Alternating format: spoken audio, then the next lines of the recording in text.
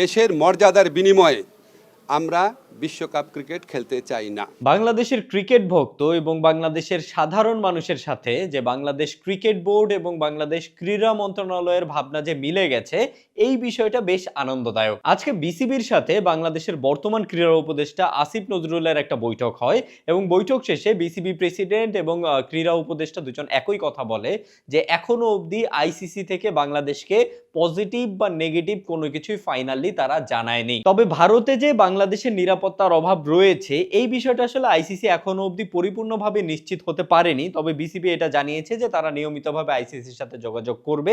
Even কালকে সকালেই হয়তো বিসিবির পক্ষ থেকে আরো একটা চিঠি আইসিসিকে পাঠানো হবে, যেখানে আরো লজিক্যালি আরো গুরুত্বের সাথে এটা বোঝানোর চেষ্টা করবে যে ভারতের সত্যি সত্যি বাংলাদেশ ক্রিকেট টিমের বা বাংলাদেশ ক্রিকেট টিমের সংশ্লিষ্টদের নিরাপত্তার অভাব রয়েছে। সেই সাথে বিসিবি প্রেসিডেন্ট আমিনুল ইসলাম বুলবুল এবং ক্রীড়া উপদেষ্টা আসিফ নজরুল এটাও বলেছে যে আইসিসি পজিটিভ বা নেগেটিভ যেই সিদ্ধান্তই দেখ না কেন, টি-20 বিশ্বকাপের ম্যাচগুলো খেলতে কোনোভাবেই ভারতে যাবে না বাংলাদেশ।